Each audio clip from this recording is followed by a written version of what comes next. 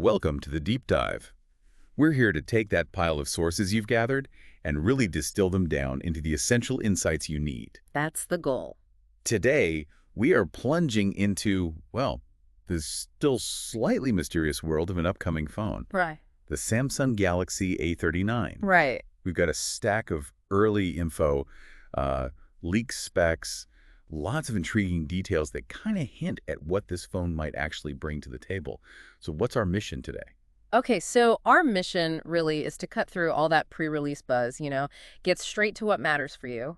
We want to give you a comprehensive but super clear look at what makes this Galaxy A39 so interesting, especially since, like you said, it's not even officially announced yet. Right. It's all about understanding its potential impact and figuring out if maybe, just maybe, it could be your next device. Okay, let's unpack this then. So what exactly is the Samsung Galaxy A39? And what are our sources telling us about where things stand right now? Is it even definitely coming? Well, from everything we've gathered, its status is definitely upcoming. That seems solid. Okay. It's not announced yet officially, and the global price is still listed as coming soon. But, and this is interesting, it's heavily rumored for a release in India. Oh, okay. Yeah, and that often gives us a pretty good clue about Samsung's wider plans. Honestly, talking about a device before it launches is quite useful How so? because it lets us look at the anticipated features, and try to figure out how Samsung might position this thing strategically before it even lands on store shelves. And there's already some chatter about different versions, isn't there? Our sources Yeah. are saying it's rumored in 3 variants, That's right. including some pretty impressive specs like up to 256 GB storage and, get this, 12 GB RAM. Yeah. That sounds like a lot of memory for, what we assume isn't going to be a top-tier flagship phone. It really is quite a bit. And these early specs, especially that high RAM and the storage options, they kind of tie directly into Samsung's usual strategy for the A series. Right. It strongly suggests the Galaxy A39 is being set up as like a really robust mid-range contender, a powerhouse almost. They seem to be aiming for strong, fluid performance, plenty of space for your apps and photos, but without pushing into that super expensive flagship territory. So delivering a premium feel, but maybe at a more reachable price. Exactly. That's likely the goal here. Okay, so potentially powerful inside. But what about the outside? What you actually hold? Let's talk design, build materials. Sources give dimensions. 161.6 by 77.9 by 8.2 millimeters. What's it made of? Yeah, the build is quite interesting for where we think it'll sit in the market. We're looking at a glass front, specifically Gorilla Glass 5, which is good. Okay. But then it's combined with a plastic frame and a plastic back. Ah, plastic. Some people might not love that. Well, yeah, maybe. But plastic keeps the weight down, and honestly, it can be pretty resilient against everyday knocks. But what's really fascinating here, I think, for a non-flagship What's that? is the IP67 dust water resistant rating. Oh, nice. Yeah. IP67. Yeah, that means it should survive being submerged in up to a meter of water for about 30 minutes. Okay, so accidental spills, rain showers. Exactly. It gives you real peace of mind for just, daily life. That's not something you always find at this kind of expected price point. It's a solid durability feature. And the screen. That sounds pretty good, too, on paper. 6.6 inches, Super AMOLED capacitive touchscreen with a 1080 by 2400 pixels resolution. That works out to about 399 ppi density, which sounds sharp. Plus 120 hertz refresh rate. Right. And a pretty decent 83.5% screen-to-body ratio. Okay, so if we connect all that to the bigger picture, what does it mean for you?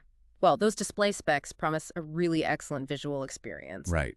AMOLED usually means good colors. Exactly. Super AMOLED means Samsung's going for those vibrant colors, the really deep blacks, great contrast. Your social media, streaming video, it'll all just pop. And the 120 hertz. That's all about smoothness. Incredibly smooth scrolling, fluid animations. It makes the phone feel super responsive. Okay. When you're gaming or just swiping around, it makes the whole experience feel much more, premium and immediate. And that 399 ppi density you mentioned. Yeah, for you, the listener, that just tells you how many pixels are packed into each inch. A higher number like this means text and images will look really sharp. No visible pixels, which is great on a 6.6-inch screen. Makes sense. Okay, let's dive under the hood. Software. It's apparently running Android 14 with Samsung's One UI 6 right out of the box. Right. And this brings up an important question, doesn't it? What does having the absolute latest Android and One UI 6 mean for you as the user? Okay, what does it mean? Well, it means you're getting the most current features, the latest security updates, and Samsung's most refined interface. Uh-huh. You get the newest privacy controls, more customization options, and just generally a snappier, more intuitive way to interact with your phone. Plus, it signals likely good long-term software support from Samsung. That's always a plus. Definitely. And powering all that, as we mentioned before, is that reported 6 to 12 GB KMAO range, Mm-hmm. which, as you said, is important for juggling apps and keeping things smooth, especially with the latest Android and One UI. Absolutely critical for that. And to keep everything juiced up, there's the battery. It's listed as a substantial 5,000 milliliter LiPo capacity. 5 mil is pretty big. It is. It strongly suggests the A39 will offer really excellent battery life. We're probably talking a full day, maybe more, even if you use it pretty heavily. Nice. Think of it as a phone that can actually keep pace with your day, and it supports 25W wired charging. 25 watts. Is that considered fast these days? It's decent. It's not the absolute fastest out there. Some flagships go much higher, but it's certainly convenient enough. It'll give you a significant boost in a relatively short time, gets you back up and running quickly. Okay, good enough. Now, cameras. People always care about cameras. Always. Sources point to a triple main camera system. There's a 50MP f1.8 wide lens with PDAF and OIS, Key features there. an 8MP f2.2 123-degree ultra-wide, and a 2MP f2.4 macro lens, video-wise, 4K at 30 fps, 1080p at 30 or 60 fps, and 720p slow-mo at 480 fps. Okay, lots of specs. So the PDAF, what is that? And OIS, how much difference does that really make? Great questions. So PDAF, phase detection autofocus, basically means really fast and accurate focusing. Okay. So you're less likely to miss a quick moment, like snapping a picture of a pet running around or kids playing. It just locks on faster. Gotcha. And OIS. OIS. Optical image stabilization, that's a potential game changer, especially in this price range. It physically stabilizes the lens using tiny motors, like little shock absorbers. Right. What that means for you is sharper photos, especially when the light gets dim, because it compensates for your hand shaking. And much smoother video. Trust me, shooting video without OIS can be rough. Yeah, I can imagine. So having OIS really elevates the camera beyond typical mid-range stuff. And that 4K video recording at 30 frames per second, that's a solid feature for detailed video capture. And what about the front camera, the selfie cam? It's listed as a single 13MP f2.2 wide lens, also capable of 4K at 30 fps video, and it has HDR. Wow, 4K video on the selfie camera. That actually sounds quite surprising for this kind of phone. It really is impressive for this segment, yeah. What does that let you do beyond just like clearer video calls? Well, your video calls will definitely be crystal clear, yes. But think about content creators, vloggers, anyone doing live streams, or even just high-quality Instagram stories or TikToks. Recording yourself in 4K means your content will have excellent detail, a much more professional look. It's a significant step up for front-facing video quality. Interesting. Okay, let's talk about staying connected. Networks. The A39 is set to feature 5G Sansa Sub-6, plus the usual 4G LTE, 3G HSDPA, and 2G GSM. Also mentions GPRS and EDGE, which feel a bit old school. Yeah, those are fallback legacy things. But the key takeaway here is the 5G support. Right? That means you'll be able to use the fastest available mobile data speeds, get lower latency. It's great for streaming high-def video, online gaming when you're out and about. It basically future-proofs the phone for the next few years. As 5G networks become even more widespread, you're ready. Okay, makes sense. What about other connections? Wi-Fi is 802.101 ABYAC, dual band, Wi-Fi direct, Bluetooth is 5.3, GPS looks comprehensive. GPS, GLONASS, Galileo, BDS. Good coverage there. Plus NFC and even FM radio, which you don't always see anymore. True. And USB Type-C 2.0 OTG. Yeah. The only thing explicitly mentioned as missing is an infrared port. Yeah, IR blasters are pretty niche now. So, given all that, does it feel like anything major is missing connectivity-wise? Or is this pretty much everything you'd need? Honestly, if we connect this to the bigger picture, for the vast majority of users, this is an incredibly complete set of connectivity options. Yep. You've got NFC for mobile payments, quick pairing. Right, tap to pay. Exactly. Yeah. The comprehensive GPS means accurate navigation anywhere. USB-C is standard now. Bluetooth 5.3 is great for stable, efficient connections to headphones, smartwatches. Like you said, the FM radio is a nice bonus for some. And the lack of an infrared port, most people won't even notice. It really covers all the essential bases for everyday life. Got it. And finally, hardware-wise, the sensors. It lists a fingerprint sensor, under-display optical accelerometer, gyro, compass, and something called virtual proximity sensing. Can you quickly break those down, especially that virtual proximity sensing? What's that about? Sure. So these sensors are all crucial for how the phone works day to day. That under-display fingerprint sensor. It's not just cool tech. It's for secure, easy unlocking. Just tap the screen. Right.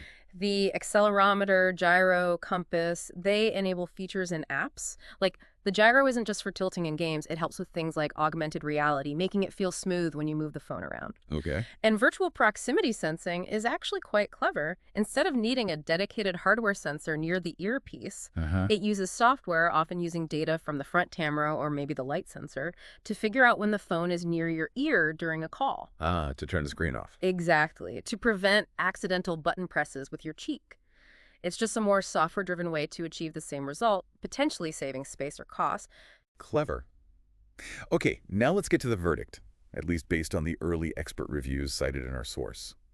The R rating section gives the A39 an impressive overall 9 out of 10. Wow, that's high. It is. And it's not just the overall score. It seems to get a consistent 9 out of 10 across almost every single category listed: design, display, camera, features, connectivity, usability, performance, and battery. 9 out of 10 across the board. Pretty much, yeah.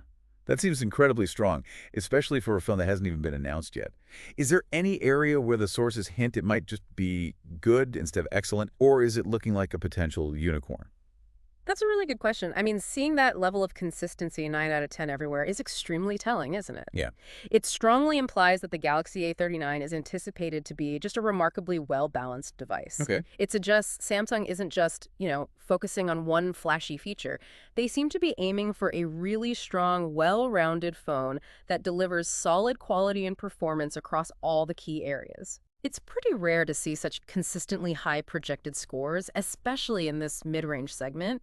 It really speaks to Samsung's confidence, maybe, and how they're positioning it to potentially dominate that space. So not necessarily a unicorn doing something totally new, but maybe just nailing all the fundamentals really, really well for its target audience. Exactly. It appears to be shaping up as a highly competent, very well executed product that hits the right notes for what people actually want in a phone like this. Okay, so just to quickly recap our deep dive here.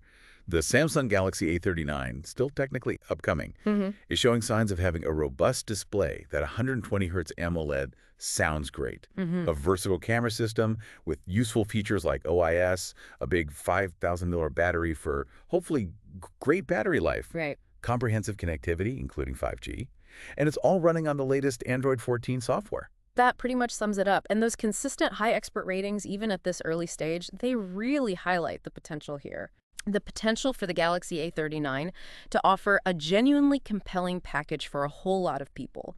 It seems aimed squarely at delivering a sort of premium-like experience, but within what we expect will be a more accessible, mid-range price point. Which is exactly what many users are actually looking for. Precisely. So let's leave you, the listener, with this thought. What does all this mean for you? In a market that feels increasingly split between those super expensive $1,000 plus flagships and the really budget devices that often involve big compromises, could a phone like this Samsung Galaxy A39, with these strong projected specs and apparently high ratings across the board, actually represent the true sweet spot for most people? What features really matter most when you look for your next phone? Is it the absolute fastest chip, the most zoom on a camera? Or is it that balance? Great screen, solid camera, long battery life, maybe in a package that doesn't break the bank? Something to think about.